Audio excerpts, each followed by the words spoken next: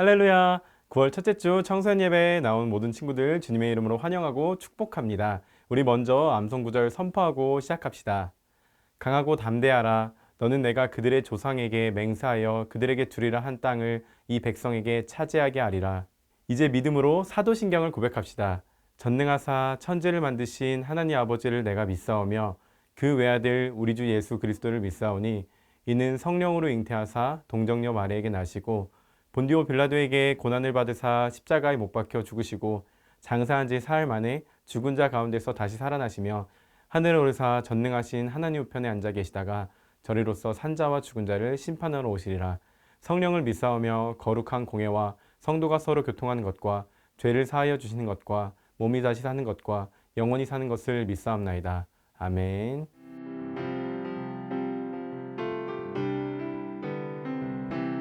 내 맘에 눈을 여소서 내 맘에 눈을 열어 주보게 하소서 주보게 하소서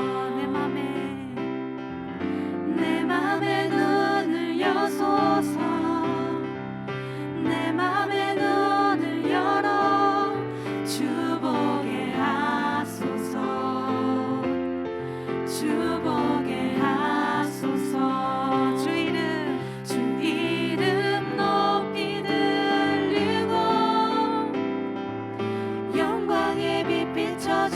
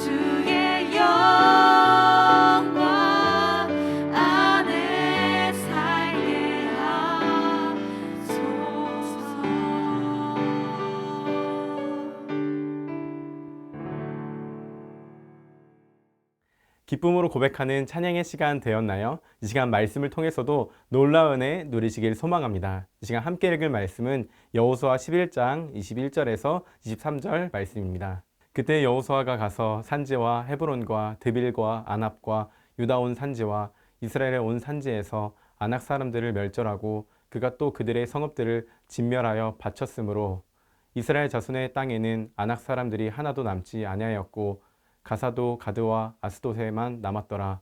이와 같이 여호수아가 여호와께서 모세에게 말씀하신 대로 그 온 땅을 점령하여 이스라엘 지파의 구분에 따라 기업으로 주매 그 땅의 전쟁이 그쳤더라. 정복전쟁 종결이라는 제목으로 하나님 말씀 전하겠습니다.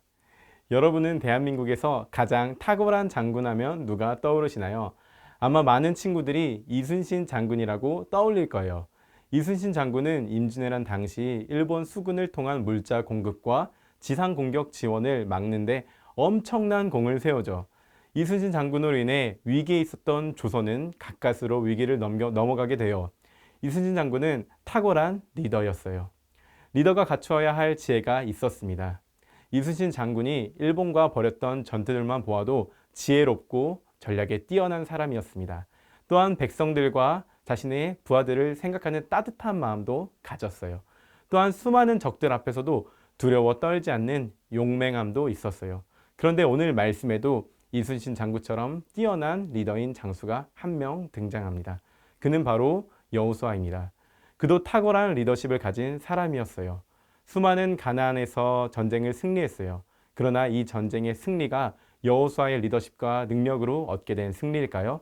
말씀을 통해 여호수아가 얻게 된 승리를 한번 살펴보고자 합니다. 드디어 오랜 시간을 거쳐서 이스라엘은 북부 동맹 점령을 끝으로 전쟁을 끝내게 됩니다.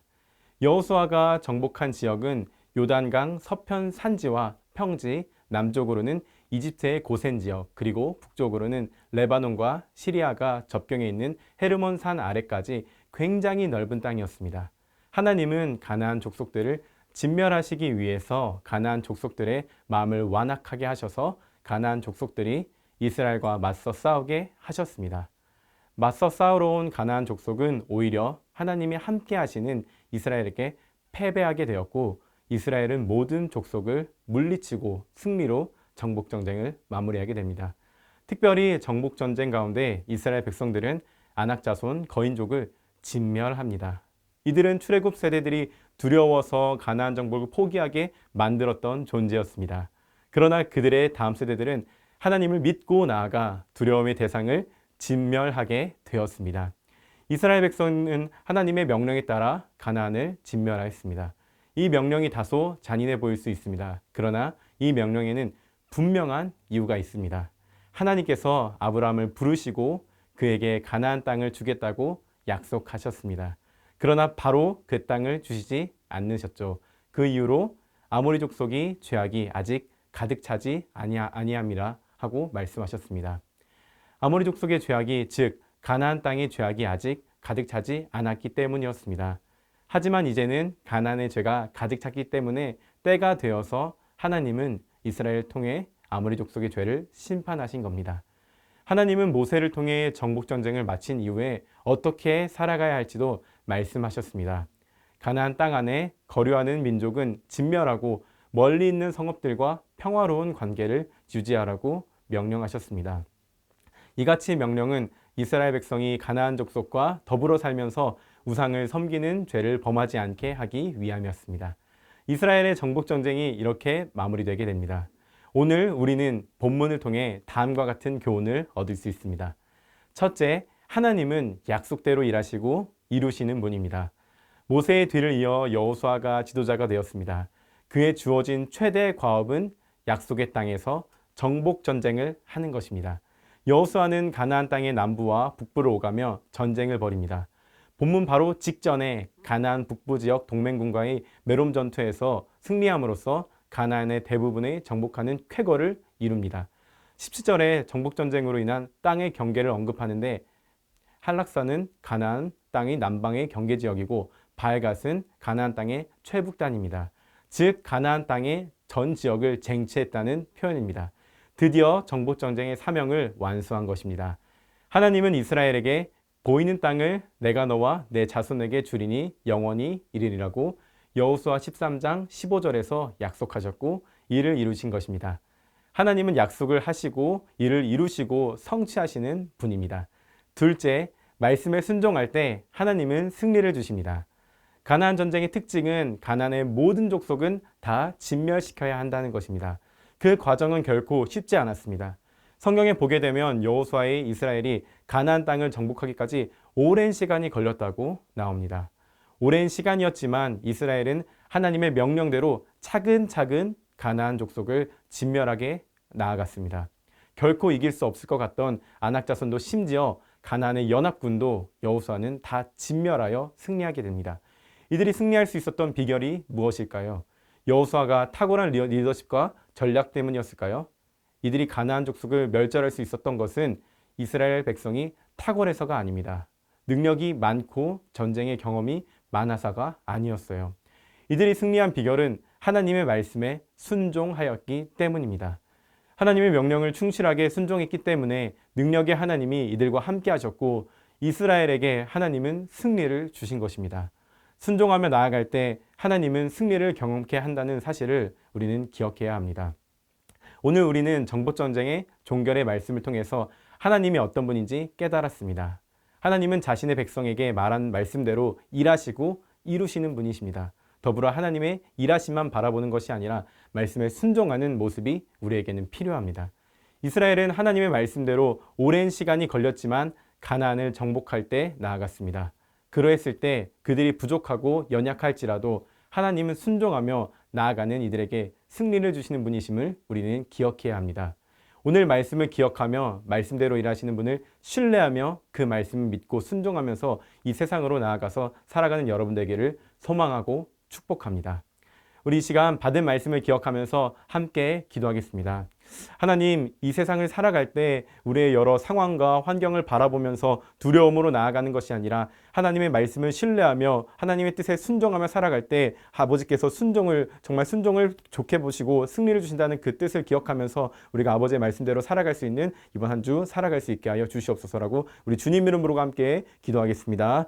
주여, 아버지 감사합니다. 주님, 우리에게 귀한 이 말씀 허락해 주셔서 감사합니다. 우리가 나아가는 삶의 자리에서 때로는 상황이 커 보이고 문제가 커 보이기 때문에 아버지의 말씀을 바라보기보다는 우리의 상황에 집중할 때가 있습니다. 주님, 그럴 때 우리가 우리의 상황에 집중하는 것이 아닌 아버지의 말씀과 아버지의 뜻에 집중할 수 있게 하여 주시옵소서. 그 말씀에 순종하며 나아갈 때 아버지께서 승리를 허락하신다는 그 사실을 우리가 기억하며 늘 주님의 뜻대로 살아가는 우리 한 사람 한 사람 될 수 있도록 우리 청소년 친구들 될 수 있도록 주님 붙들어 주시옵소서. 하나님 아버지 감사합니다. 우리에게 귀한 말씀 허락해 주셔서 감사합니다. 아버지, 우리의 삶의 자리에서 문제가 커 보이고 상황이 커 보이더라도 우리가 그 문제에 집중하는 것이 아닌 하나님의 뜻에 집중할 수 있게 하여 주시옵소서. 그 말씀의 뜻대로 살아갈 때 우리가 정말 주님께서 주시는 그 승리를 정말 누릴 줄 믿습니다. 주님, 우리에게 승리를 더해 주시옵소서. 우리 사랑하는 청소년 친구들 삶의 자리에서 아버지의 말씀대로 살아갈 때 승리를 경험하는 우리 귀한 친구들 될 수 있게 하여 주시옵소서. 감사합니다. 주님, 사랑하신 예수님의 이름으로 기도드립니다. 아멘. 이 시간 주님 알려주신 기도로 예배 마치도록 하겠습니다. 하늘에 계신 우리 아버지여, 이름이 거룩히 여김을 받으시오며 나라가 임하시오며 뜻이 하늘에서 이루어진 것 같이 땅에서도 이루어지이다. 오늘 우리에게 일용할 양식을 주시옵고 우리가 우리에게 죄 지은 자를 사하여 준 것 같이 우리 죄를 사하여 주시옵고 우리를 시험에 들게 하지 마시옵고 다만 악에서 구하시옵소서. 나라와 권세와 영광이 아버지께 영원히 있사옵나이다. 아멘. 이번 한 주도 하나님이 주시는 놀라운 은혜를 누리면서 승리를 경험하는 우리 청소년 친구들 되길 소망합니다. 그럼 다음 주일에 만나요. 안녕.